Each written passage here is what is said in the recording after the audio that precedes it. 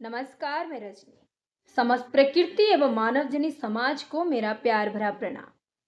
आशा करते हैं कि आजकल हमारे आसपास होने वाली रोज घटित घटनाओं से आप और आपके परिवार सुरक्षित होंगे।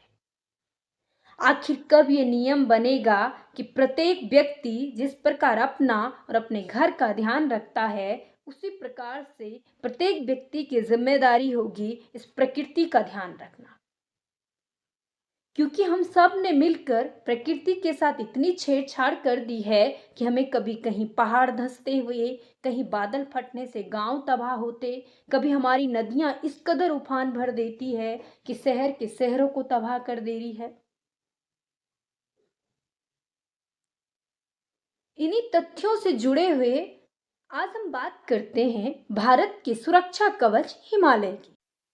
हिमालय पर्वत एशिया के कई देशों में विस्तृत है, लेकिन भारत में लद्दाख, जम्मू कश्मीर से लेकर अरुणाचल प्रदेश तक ये फैला हुआ है। इसको भारत का सुरक्षा कवच क्यों कहा जाता है?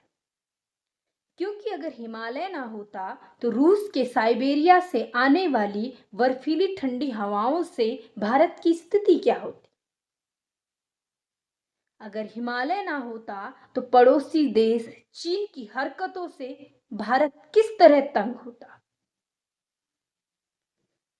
अगर हिमालय ना होता तो उत्तर भारत, पंजाब, हरियाणा, उत्तर प्रदेश की खेती एवं किसानों पर अधिकांश भारत के भरण पोषण की जिम्मेदारी मानसूनी हवाएं हिमालय पर्वत से न टकराकर अगर यहाँ पे बरसात न करती तो स्थिति क्या होती? हिमालय पर्वत एक नवीन वलित पर्वत है, यानी कि वो विकसित अवस्था में है, उसका पूर्ण रूप से भी निर्माण नहीं हुआ है। जब किसी व्यक्ति विशेष का व्यक्तित्व, किसी देश की स्थिति या कोई भी पर्वत श्रेणी विकसित अवस्था में होती है तो वो नाजुक होती है, उसके साथ छेड़छाड़ करना घातक होता है। तो जब भारत की सुरक्षा हिमालय पर्वत कर रहा है तो क्यों नहीं बात होती है कि इस हिमालय पर्वत की सुरक्षा की जिम्मेदारी हम सब की है। हिमालय पर्वत को उसकी जलवायु एवं स्थिति के आधार पर 4 भागों में बांटा जाता है: ट्रांस हिमालय, महान हिमालय, मध्य हिमालय एवं शिवालिक हिमालय। उत्तराखंड भी हिमालय राज्य है। उत्तराखंड के टिहरी जनपद में मध्य हिमालय एवं सुरकंडा मां की छाव में बसे हुए सिवाई पाल और भमोरी खाल की सुंदरता को देखिए। यहाँ पर इतना सुकून है कि बाहरी लोग यहाँ की सुकून के पीछे भागते भागते आज यहाँ पर सारी जमीनों को खरीद चुके हैं। जिस प्रकार से भारत का ताज लद्दाख और जम्मू कश्मीर है, उसी प्रकार हम सब पहाड़ियों की ताज हमारी ये जमीनें हैं, हमारी पहचान, हमारा स्वाभिमान, हमारी ये जमीन है, जो कि हमने बेचनी शुरू कर दी। यहाँ पर बढ़ती आबादी, यहाँ पर बढ़ने वाली इन बिल्डिंगों को देख के तो मुझे याद आ रही है कि शायद से यही स्थिति रही होगी जब 1600 में ब्रिटेन से ईस्ट इंडिया कंपनी केवल व्यापार के उद्देश्य से भारत आई थी।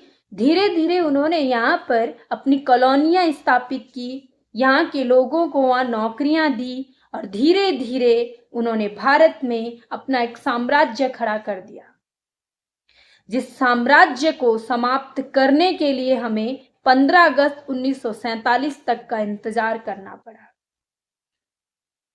मुझे लग रहा है इन क्षेत्रों में भी वही स्थिति आने वाली है कि यहाँ के मूल निवासियों को यहाँ जाने के लिए इजाजत लेनी होगी। अगर यही जमीनें हमारे पूर्वजों के द्वारा बेची गई होती तो क्या आज हम यहाँ सुरक्षित घूम रहे होते? जिन लोगों के पास इन क्षेत्रों में जमीनें बची हुई है, उन लोगों का कहना है कि हमारे आसपास की सारी जमीनें बिक गई, हम बेचना तो नहीं चाहते हैं, पर हमारा खान पान, हमारी कला संस्कृति, हमारा रहन सहन इन लोगों से भिन्न है। इन लोगों के साथ तालमेल बिठा पाना हमारे लिए संभव नहीं है। तो कहीं ना कहीं हमें भी ये जमीनें एक दिन बेचनी पड़ेगी। हमारा किसी भी व्यक्ति विशेष की भावना को ठेस पहुंचाने का कोई भी उद्देश्य नहीं है, पर एक राजा की शोभा उसके मुकुट से होती है, उसी प्रकार से हम लोगों की शोभा इन जमीनों से है। यहाँ की जो जलवायु है वो इस प्रकार के घरों को, इस प्रकार के होटल्स को स्वीकार नहीं करती है। विकास होना अनिवार्य है, लेकिन यहाँ की जलवायु इस तरीके के घर को पसंद करती है जो पठाल से बने होते हैं। मैं धन्यवाद करना चाहती हूँ उस भारी व्यक्ति का जिन्होंने यहाँ पर जमीन तो खरीदी, लेकिन यहाँ पर घर यहाँ की जलवायु के आधार पर बनाया है।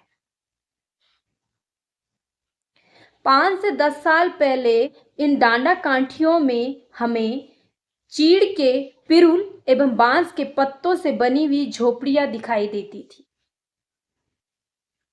उनमें ज्यादा ऐसो आराम नहीं प्रतीत होता था, लेकिन वो यहाँ की जलवायु के अनुकूल थी, क्योंकि सर्दियों में यहाँ पर ज्यादा ठंड नहीं पड़ती थी और गर्मियों में इन घरों में ज्यादा गर्मी नहीं लगती थी।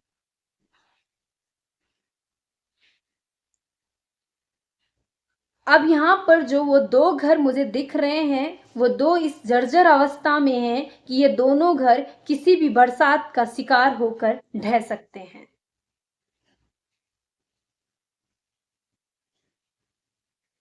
आखिरकार हम जिस चकाचौंध जिंदगी के पीछे भागते हुए अपनी मूल पहचान को खो रहे हैं, तो बेवकूफ तो वो लोग भी नहीं हैं जो हमारी इन जमीनों का लाखों रुपए देकर हमसे ये जमीनें खरीद रहे हैं, क्योंकि उन लोगों को पता है कि अब उन शहरों में जीवन की कल्पना कर पाना आने वाले समय में कठिन है, क्योंकि जलवायु परिवर्तन के कारण बढ़ता हुआ तापमान, बढ़ती हुई आबादी घातक साबित हो रही है। इसलिए सारे लोग पहाड़ों की ओर भागने शुरू हो गए हैं।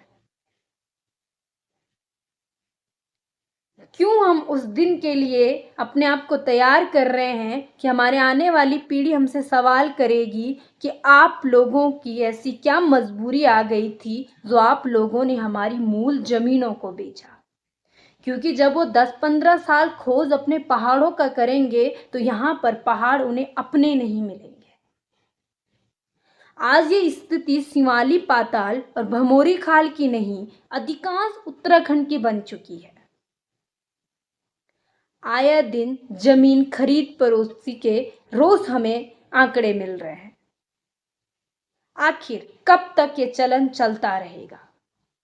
पहाड़ में जन्म लेना सिर्फ पहाड़ी कहलाना नहीं है, यहाँ की कला, संस्कृति और यहाँ की जमीनों को बचाने के लिए आवाज उठानी पड़ेगी और हमें इन जमीनों की बिक्री में कमी लानी पड़ेगी। हम धीरे धीरे आपको दिखाएंगे कि उत्तराखंड, जिस पहाड़ी उत्तराखंड पे हमें गर्व है, वो अब पहाड़ी उत्तराखंड नहीं बचा।